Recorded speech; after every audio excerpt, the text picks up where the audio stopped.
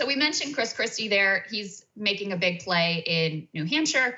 As former New Jersey governor, he's kind of geographically close. And then also because of the presence and importance of independents in that primary, I think he's hopeful that his just really directly unvarnished anti-Trump takes will play well. And his political persona has always been that of like the fighter who's not afraid to get in there and mix it up and, have the debate, have the aggressive discussion, the contentious discussion, et cetera. So in that vein, he went on with Eric Bolling over at Newsmax, and they had that contentious discussion.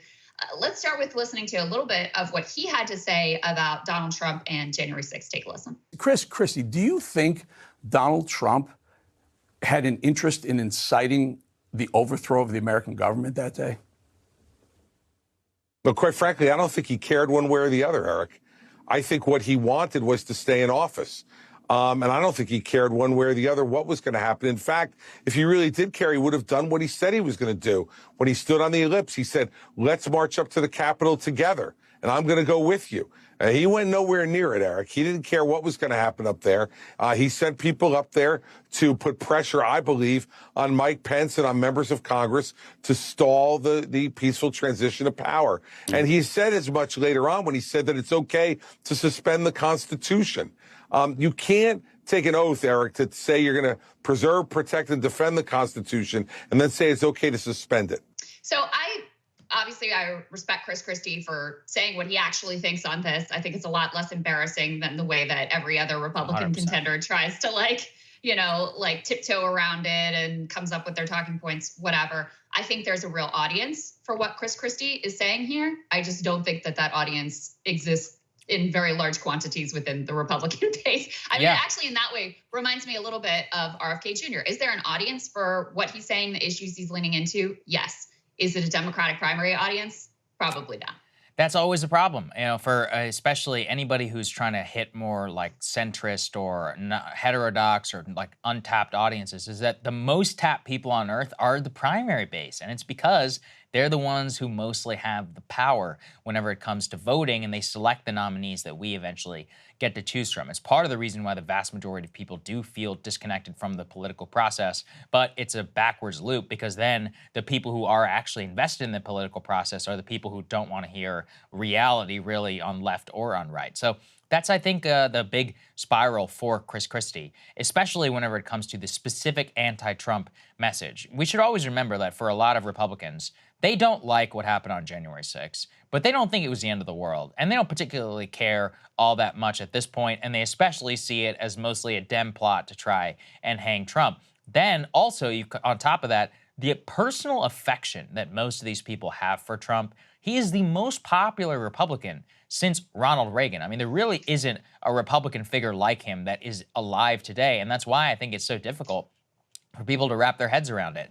Mitt Romney was the nominee, but people never really liked him the way that they liked Trump. John McCain was the nominee, but as evidenced by people turning on him, they never really liked him the same way. George W. Bush is like a whole other league of his own. It's been decades, really, since we've had a leader like Trump who remains so tremendously popular at a pop culture level almost with the conservative base that turning against him on an actual personal level is just a terrible political tactic.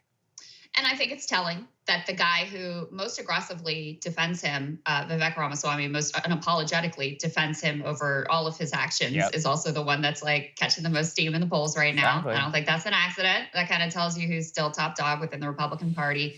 But I will say, I was watching Ron DeSantis said something like mildly critical of Donald Trump, like he should have done a little bit more quickly on that day. I mean, really like the most tepid criticism possible. And there was some online backlash from Trump people, and his campaign is immediately walking, they didn't give the full context. And of course we feel like President Trump is great and wonderful, et cetera. It's just embarrassing the tap dance that some of these people feel that they have to do.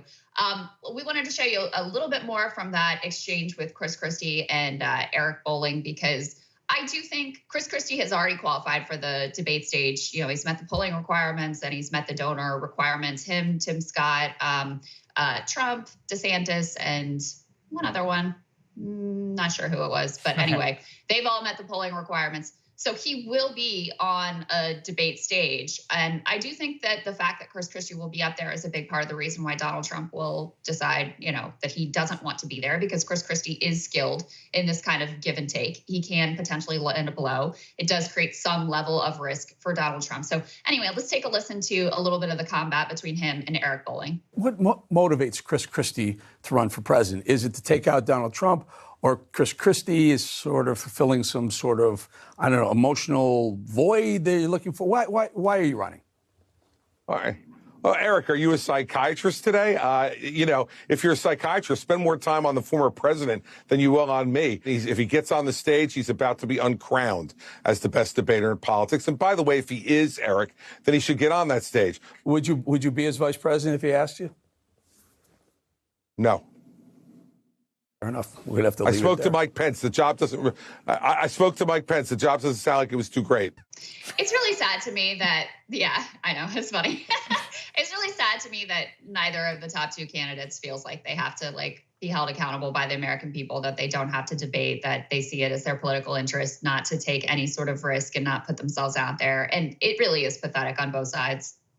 Oh, I mean, in terms of the debate, I wish Trump was going to show up, not only just for comic relief factor, but he should get pressed by not only just Chris Christie, but any of them. They should actually have to draw some sort of contrast. At the same time, because we don't have the ability to compel, politically, I do think he's making the right move. Even DeSantis at this point, it's going to be tricky up there for him, because all the governors and all these people who are thinking, why not me, are just going to aim all of their fire directly at him. I've also seen Vivek Ramaswamy take several shots at Ron DeSantis. Nikki Haley feels very comfortable kicking sideways whenever it's Ron and not Trump. So he's definitely, I think, going to take it on the chin while he's up there. And then, speaking to some sort of empty podium or speaking about somebody who's just not present doesn't have the same level of actual criticism. And it almost does make them seem beneath Trump. On the Biden front, too, it's the same problem. If you have effectively coronations on a primary side, it's a terrible and really just, it's a system which is obviously sclerotic and is dying whenever you don't actually have real competition within it. And then you just get to the point where most Americans fall in a trap of they really only have two choices whenever they go to the ballot box. That's just not how the system was supposed to work. Hey guys, if you like that video, go to breakingpoints.com, become a premium subscriber, and help us build the best independent media organization on the planet. That's right. We're subscriber funded. We're building something new. We want to replace these failing mainstream media organizations. So again, to subscribe, it's breakingpoints.com.